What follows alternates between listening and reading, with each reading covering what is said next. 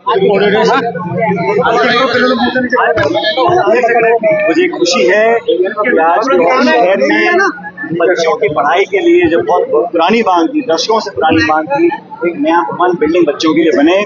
4.5 करोड़ की लागत से नया बिल्डिंग का निर्माण यहाँ पर हुआ है।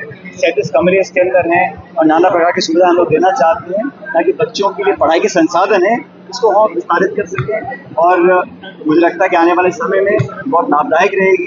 जब बच्चियाँ पढ़ जाती हैं, बच्चे पढ़ जाते हैं तो उस क्षेत्र का, समाज का और राज्य का विकास आगे होता रहता है। इस मौके पर मैं सबको बधाई देना चाहता हूँ और धन्यवाद करना चाहता हूँ सभी लोगों का जिन्होंने इसमें योगदान दिया है। और इस बिल्डिंग के निर्माण में थोड़ा समय जरूर लग गया, मुझे खुशी है कि बहुत लंबे समय के बाद इस मांग को हम लोग पूरा कर पाए और 4.5 करोड़ की लागत से इस भव्य बिल्डिंग का यहाँ पे आज हम लोग कार्य। और बाकी जो प्रिंसिपल महोदय बोल रही थी, जो कमियां स्कूल में रह गई हैं, इन्होंने कहा सोफे, AC, water cooler, digital board, CCTV camera, जो उनकी मांगे हैं, जो आइटम उन्होंने मांगे हैं, वो सारे के सारे मैं मेरे विधायक कोटे से दूंगा ताकि बच्चों की पढ़ाई में हमको कमी ना आने दें। कठुआ में आतंकी हमला हुआ है, क्या कहेंगे? मैं इस आतंकी हमले की कठोर शब्दों में निंदा करता हूँ।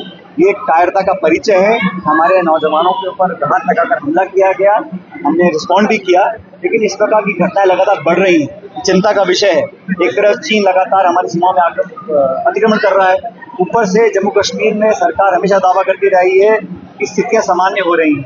सुप्रीम कोर्ट के आदेशानुसार सितंबर से पहले वहाँ विधानसभा के चुनाव कराने और अभी हाल में लोकसभा चुनाव संपन्न हुए, बावजूद उसके लगातार एक के बाद एक कभी श्रद्धालुओं के ऊपर, कभी सैनिकों के ऊपर, कभी नागरिकों के ऊपर हमले हो रहे हैं। ये बहुत गहन चिंता का विषय है। सरकार को स्पष्टीकरण करना चाहिए कि लगातार लॉ एंड ऑर्डर जो है जम्मू कश्मीर का वो बिगड़ता क्यों जा रहा है। सरकार के दावे खोखले साबित हो रहे हैं और हमारे निर्भीक और निडर नौजवानों की शहादत को हमको झेलना पड़ रहा है। उनके परिजनों को मैं साधुवाद देता हूँ, श्रद्धांजलि अर्पित करता हूँ और उम्मीद करता हूँ कि सरकार ठोस कदम उठाए। पूरा देश चाहता है कि आतंकवाद को जड़ से उखाड़ के फेंकें। मेरी हमदर्दी इन परिजनों के साथ है, क्योंकि भारत सरकार की जिम्मेदारी बनती है। ये महत्वपूर्ण हमारा राज्य था JNK, तो JNK के अंदर लगातार जो हालात खराब होते जा रहे हैं उसकी उनको समीक्षा करके कदम उठाने चाहिए। पाकिस्तान को किस तरह जवाब देना चाहिए? मैं तो कह रहा हूँ जिस तरह का जवाब देना चाहिए जरूर देना चाहिए। न सिर्फ पाकिस्तान को, चीन को भी। हमारी सरहद के अंदर, सरहद के ऊपर अगर हमला होता है या हम आतंकी हमले होते हैं, उसका मुंहतोड़ जवाब मिलना चाहिए। पूरा देश उसमें एकजुट है। अगर कहीं कमियां हैं, इंटेलिजेंस फेलियर है या कोई और प्रशासनिक कमी है, उसको सरकार को अपनी आत्मचिंतन करना चाहिए ताकि समाधान मिल सके। देश का बजट आने वाला है, क्या उम्मीद कर रहे हैं? अब तक जो अंतरिम बजट था उसकी घोषणाएं पूरी नहीं कर पाए। जो हमारी सरकार के लास्ट ईयर में हम लोगों ने घोषणाएं करी थी उसको भी पूरा इम्प्लीमेंट नहीं कर सकती हैं। तो उम्मीद मुझे तो बहुत कम है, बाकी कल देखते बजट में क्या घोषणाएं होती हैं। लेकिन मैं चाहूंगा कि सरकार का ध्यान रहे नौजवानों के ऊपर, किसानों के ऊपर, और सबसे बड़ा जो बिजली पानी की किल्लत इस गर्मी में हो रही है उसका समाधान होना चाहिए। और महंगाई को काबू कैसे करेंगे ये देखते बजट निकल सामने क्या आता है। चुनाव 5 जगह विधानसभा क्षेत्र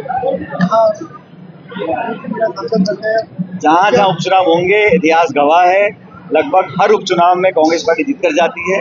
इस बार भी पूरी ताकत हम लड़ेंगे, बेहतर उम्मीदवारों से हम लोग उतारेंगे और जहाँ जहाँ विधानसभा का उपचुनाव है वहाँ कांग्रेस पार्टी प्रचंड बहुमत देकर